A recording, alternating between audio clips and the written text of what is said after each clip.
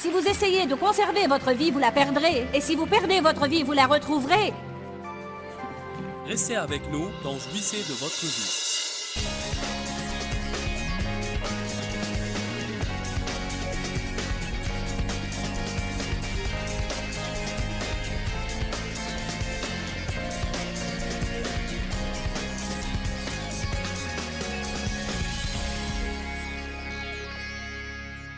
Acte 10, 38 dit, « Vous savez comment Dieu a oint Jésus de Nazareth de l'Esprit Saint et de puissance, lui qui passait en faisant du bien, et en particulier guérissant tous ceux qui étaient sous l'empire du diable. » 1 Jean 2 dit que vous avez une onction qui demeure à l'intérieur de vous. Qu'est-ce que vous êtes censé faire avec cette onction? Vous levez tous les matins et partout où vous allez, faire du bien aux autres.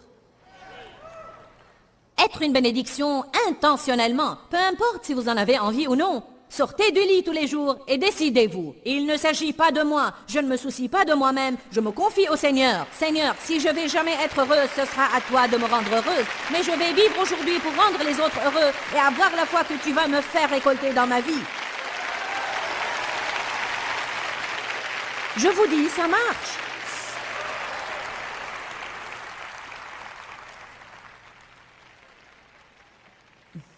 Merci. Psaume 68, 5. Je vais vous montrer à travers quelques passages de la Bible que c'est dans la nature de Dieu. Je crois que ça changera la vie de certains d'entre vous ce soir si non seulement vous l'écoutez, mais vous rentrez chez vous et vous l'appliquez. Il ne suffit pas que vous écoutiez ce message et que vous l'ajoutiez au message que vous avez. Prenez note, achetez la cassette et écoutez-la plusieurs fois. Peu importe si vous l'écoutez des centaines de fois, écoutez-la jusqu'à ce que votre chair égoïste meure.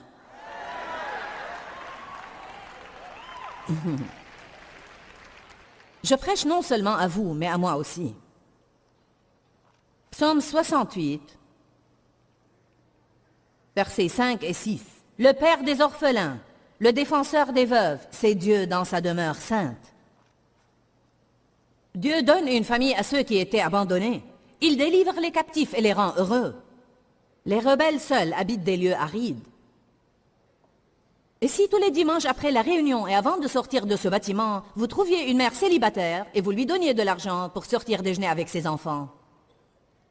Vous pourriez faire cela. Amen. Vous pourriez bénir les gens davantage. Et si vous trouviez une mère célibataire et vous lui disiez « Je veux vous payer le loyer du mois prochain »,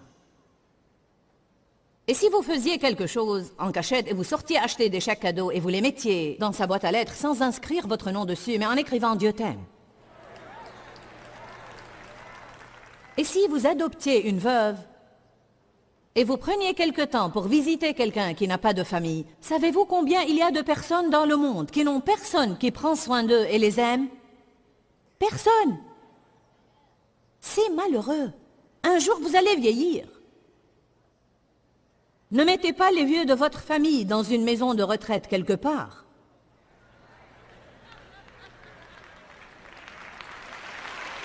Ce n'est pas parce que les gens sont devenus vieux qu'ils n'éprouvent plus de sentiments. Savez-vous comme devient longue la journée où personne ne vient et personne n'appelle? Un long temps. Mais je suis vraiment occupée, je suis occupée. Écoutez-moi. Mon père a 82 ans, ma mère a près de 80 ans et ma tante a près de 80 ans. Dave et moi, nous sommes en fait responsables d'eux et nous sommes occupés. Vous n'êtes pas plus occupés que moi. Et je vais vous dire quelque chose. Je sais devant Dieu que si je ne prends pas ma responsabilité dans ce domaine avec un cœur réjouissant et de bon gré, ceci aura certainement un effet négatif sur mon onction. Je le sais, ça pourrait même avoir un effet négatif sur mes prédications, parce que la Bible dit « Honore ton père et ta mère, afin que tu sois heureux et tes jours se prolongent sur terre. » Et la Bible nous enseigne, et il faut lire cela, comment traiter les personnes âgées dans notre famille. Allez, certains d'entre vous n'ont pas appelé leurs parents depuis des mois et des mois et des mois. Eh bien, ils ne m'ont pas bien traité. Les miens ne m'ont pas bien traité non plus. Dieu ne dit pas d'être bienveillant envers ceux qui ont été bienveillants envers nous. Faites-le comme au Seigneur. Arrêtez de donner des prétextes pour vous esquiver. Vous pensez, tu commences à t'immiscer dans nos affaires.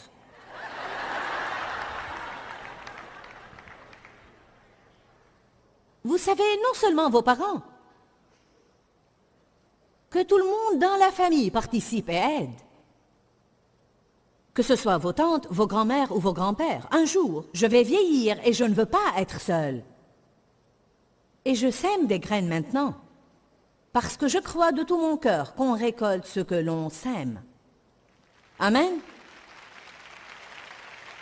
C'est coûteux de prendre soin d'eux, et parfois ça coûte beaucoup d'argent. Mais vous savez, Dieu veut que nous aidions les personnes blessées. Psaume 103, verset 6.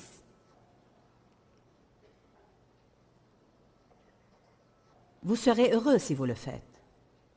Votre chair piquera une crise et dira « Je ne veux pas faire ça ». Il ne s'agit pas de vous. C'est la révélation de ce soir. Il ne s'agit pas de moi. Et il ne s'agit pas de vous. Si nous perdons la vie médiocre, nous gagnerons la grande vie. Nous avons lu ça hier. Si vous essayez de conserver votre vie, vous la perdrez. Et si vous perdez votre vie, vous la retrouverez.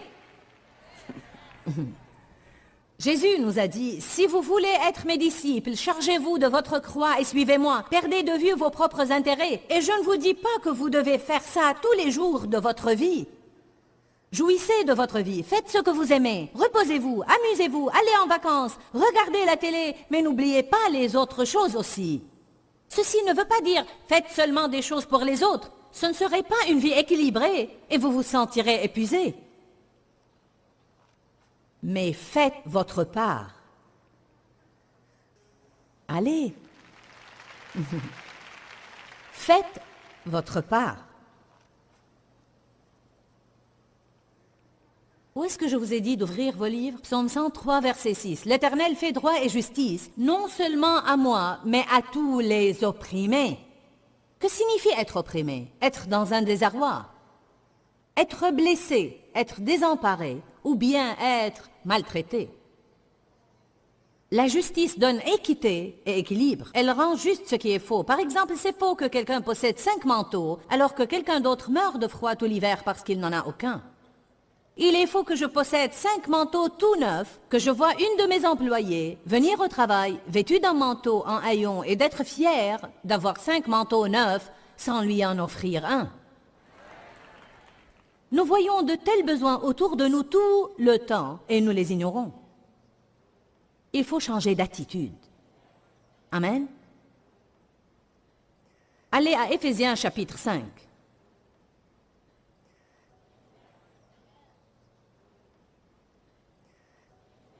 Ah, alléluia. Ça fait longtemps que j'attends impatiemment de vous dire ça. Je voulais garder pour la fin.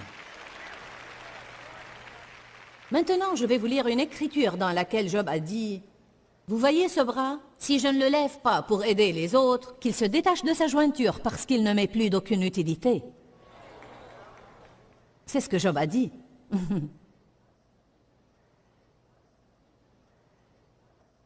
Éphésiens 5, 1 et 2. Devenez donc les imitateurs de Dieu. Devenez les imitateurs de Dieu. Copiez-le et suivez son exemple, comme des enfants bien-aimés imitent leur père. Et marchez dans la charité, en ayant de l'estime l'un pour l'autre, à l'exemple de Christ qui nous a aimés et qui s'est sacrifié pour nous. Nous ne pouvons pas aimer les autres sans que nous nous sacrifions pour eux. La raison principale pour laquelle les gens ne marchent pas dans la charité est que ça requiert un effort et nous coûte toujours quelque chose. Alors que nous cherchons ce qui est gratuit dans la vie. Ce qui est plus facile. Je vais vous lire une histoire. Si ça ne vous touche pas, rien ne le fera. Un petit garçon de 10 ans se tenait devant un magasin de chaussures, sur la chaussée, nu-pieds, regardant par la fenêtre et grelottant parce qu'il avait très froid. Une dame s'est approchée de lui et a dit « Mon petit, pourquoi regardes-tu intensément par la fenêtre ?» Il a répondu « Je demandais à Dieu de me donner une paire de chaussures. » La dame l'a pris par la main, ils sont entrés dans le magasin et elle a demandé au vendeur de donner 6 paires de chaussettes au garçon. Puis elle lui a demandé de lui donner une cuvette d'eau et une serviette. Il les lui a vite cherchés et elle a pris le garçon au fond du magasin. Elle a enlevé ses gants, s'est mise à genoux, a commencé à laver ses petits pieds et les lui a séchés. Le vendeur était déjà revenu avec les chaussettes. Elle a pris une paire de chaussettes et les lui a fait porter. Ensuite, elle lui a acheté les chaussures, les lui a fait porter, a mis le restant des chaussettes dans un sac et les lui a données. Elle lui a tapoté la tête et lui a dit avant de partir, « Sans doute, mon petit garçon, tu te sens mieux maintenant. »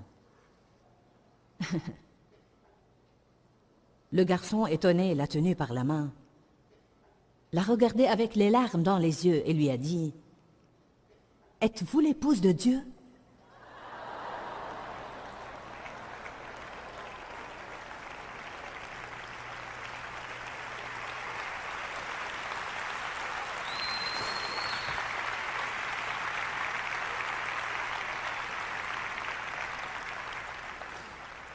Les gens ont besoin de voir Jésus.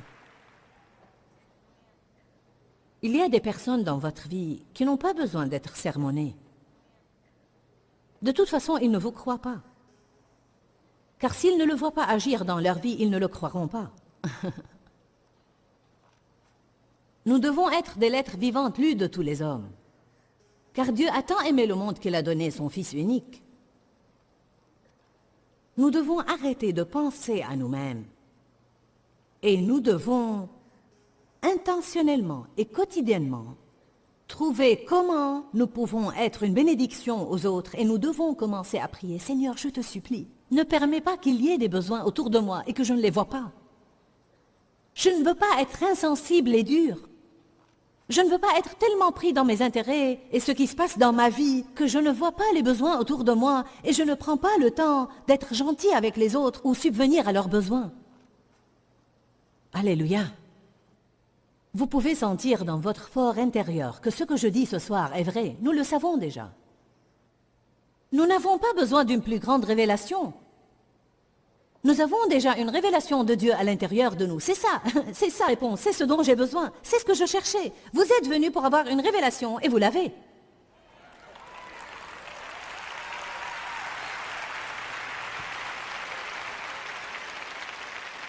Vous êtes venus pour avoir votre percée et vous l'avez maintenant. Ça vous donnera votre percée. Ça pourrait percer votre chair d'abord. Mais ça fera une percée dans votre vie. Semer et récolter est une loi. N'essayez pas de vous rendre heureux. Vivez pour rendre les autres heureux et Dieu vous rendra heureux.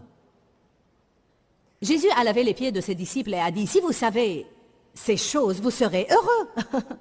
Jean 13, 17 dit, si vous savez ces choses, vous serez heureux. Alléluia. C'est ce que je veux vraiment. Je veux être heureuse. Allez à Exode 22. Dès le début de la Bible, Dieu subvenait aux besoins des gens blessés, surtout ceux qui étaient opprimés, ceux qui étaient seuls, ceux qui n'avaient pas de père, celles qui n'avaient pas de mari, les étrangers. Dieu s'intéressait beaucoup aux étrangers. Pourquoi? Car c'est pénible d'être étranger quelque part et ne connaître personne. Nous voulons toujours courir vers les gens avec qui nous nous sentons à l'aise. Vous savez pourquoi? Parce que nous n'aimons pas parler à des gens que nous ne connaissons pas. Il en est de même pour moi. Je dois m'obliger à le faire comme vous devez vous obliger à le faire. Il ne s'agit pas de moi. Nous devons mettre des enseignes chez nous. Il ne s'agit pas de moi. Ça nous aiderait. Amen. J'aurais vendu des enseignes si je les avais faites. Je vous assure que si j'avais ces enseignes-là, j'en aurais vendu des milliers ce soir même. Mais je n'en ai pas. Vous devez les faire vous-même. C'était ça la norme de la justice dans l'Ancien Testament. La norme de la justice dans l'Ancien Testament. Dieu ne considérait pas que les gens soient justes à moins qu'ils aident les autres et subviennent à leurs besoins. En fait, il a déclaré dans la loi, « N'opprimez pas les veuves. laissez une certaine quantité de graines dans vos champs pour que les pauvres puissent venir après les moissonneurs et glaner le champ. Ils devaient envoyer des cadeaux aux pauvres durant les fêtes et s'assurer de donner leur part à ceux qui souffrent. Il est écrit dans la loi qu'on avait à prendre soin des veuves, des opprimés et des orphelins. Dieu a fait une loi sur comment traiter les étrangers et les étrangères. Il le faisait par la loi, alors que nous avons à le faire par la grâce. Vous dites, mais je ne vis pas sous la loi. Non, nous vivons sous la nouvelle alliance. Nous vivons par la foi, nous sommes justifiés par la foi et non pas par les œuvres. Mais Jacques dit, une foi qui n'a pas les œuvres est morte en elle-même. Elle est dénuée de force. C'est l'erreur que nous commettons aujourd'hui. Nous parlons de notre foi, notre foi, notre foi, notre foi. Et Dieu sait que nous sommes le groupe de la parole et la foi. Nous faisons partie du camp de la foi, du mouvement de la foi. Mais où sont vos œuvres? Pas les œuvres de la chair, les œuvres de Dieu, des œuvres qu'il nous guide lui-même à faire. Intentionnellement. Vous devez les faire intentionnellement. Je pourrais dire le mot intentionnellement 2000 fois et ce ne serait pas suffisant, car peut-être que vous n'en aurez jamais envie. Amen. Ça vous donnera une grande joie quand vous perdez de vue vos intérêts et vous faites tout pour être une bénédiction aux autres. Dave et moi, nous avons eu l'occasion la semaine dernière de faire quelque chose de spécial à quelqu'un qui était vraiment dans le besoin. Et j'ai dit à Dave, tu sais, c'est vraiment étonnant. Comment tu te sens heureux quand tu fais un plan, tu surprends les gens et tu vois la joie sur leur visage, les larmes de joie et les voir remercier Dieu. Ce n'est pas étonnant que la Bible dise, il y a plus de bonheur à donner qu'à recevoir. Nous craignons toujours que quelqu'un nous exploite et nous utilise ou qu'il prenne quelque chose qu'il ne mérite pas. Mais j'ai pris cette attitude, la miséricorde triomphe du jugement. Parfois, quand je vois les gens en train de mendier, je leur donne quelque chose. Je n'essaye pas de découvrir s'ils essayent d'attirer mon attention ou ce qu'ils sont en train de faire. Je pense, je fais ça comme au Seigneur. Et si vous mendiez avec de mauvaises intentions, alors c'est entre Dieu et vous. Mais je ne veux pas me tenir devant Dieu et avoir une mauvaise conscience pour avoir été impitoyable. Quel que soit ce qui ne va pas dans ma vie, si j'ai à me tenir au coin des rues et mendier pour avoir la nourriture pour ce jour-là, alors je suis dans une mauvaise condition et j'ai besoin d'être aidé. Alléluia. Exode 22, 22. Il est écrit, tu n'affligeras point la veuve ni l'orphelin. Je ne fais du mal à personne. Mais est-ce que tu aides quelqu'un? Deutéronome 10, verset 17.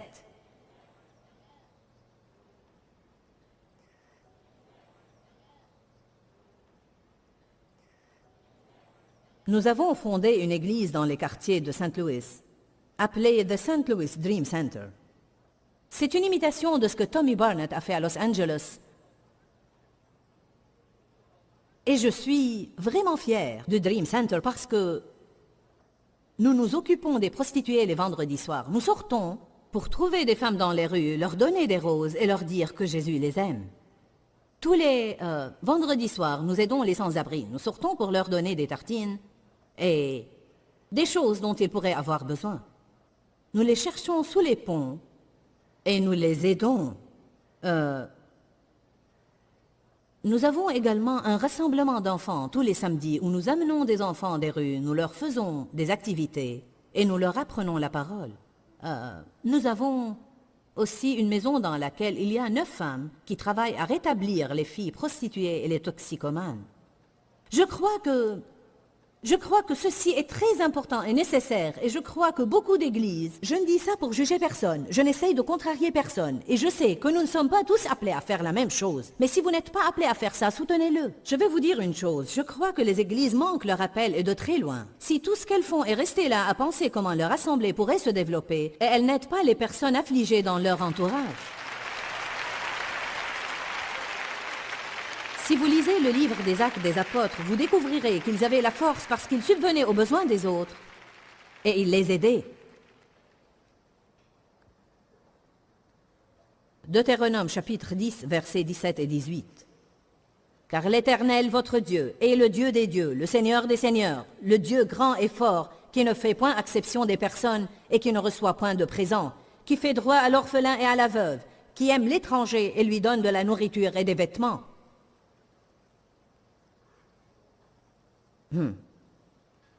Allons maintenant à Deutéronome 14, verset 29.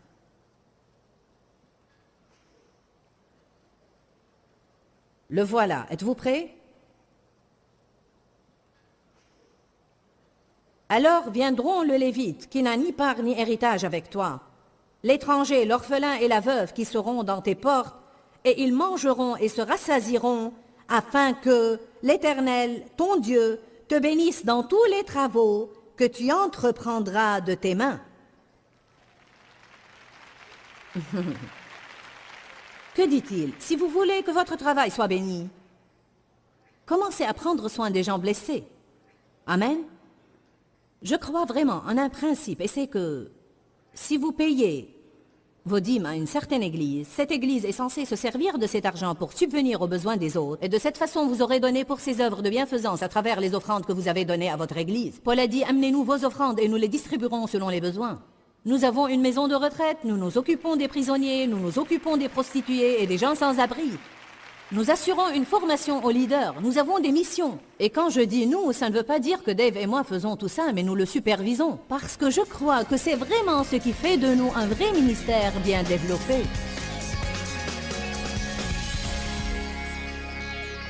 Le titre de cet enseignement était aujourd'hui « Il ne s'agit pas de moi ». C'est une expression que Dieu m'a mise à cœur récemment. Et j'ai pensé faire imprimer des autocollants et les donner aux gens et leur demander de les mettre sur le réfrigérateur ou sur leur miroir ou quelque part où elles vont souvent, parce que nous devons nous rappeler que tout dans la vie ne tourne pas autour de nous. Je pense que parfois nous devenons tellement centrés sur nous-mêmes, et moi, et moi, et moi, que nous oublions.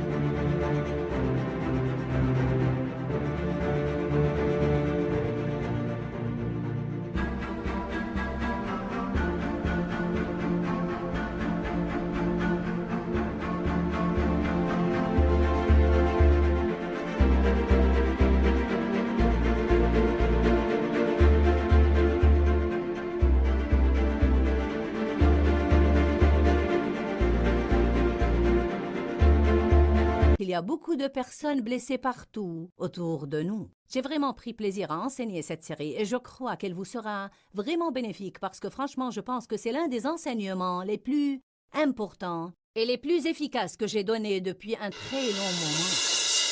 Quand, Seigneur, quand? Dans ce livret, Joyce Meyer vous apprend à faire confiance au temps de Dieu. Pour obtenir ce livret gratuitement, écrivez-nous à Joyce Meyer, boîte postale 40095-6300 Larnaca, Chypre.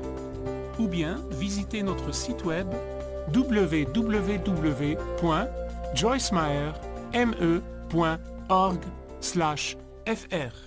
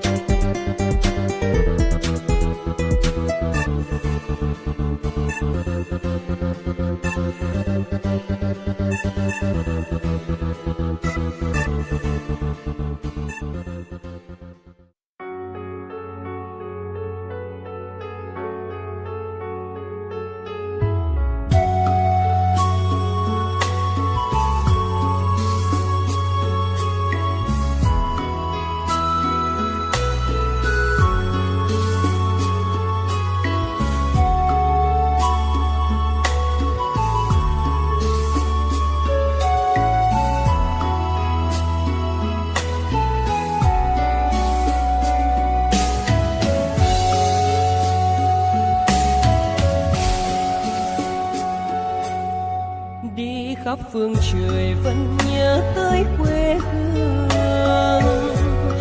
Người về đây thăm làng Trù quê mẹ và làng Sen quê cha, xúc động bồi hồi.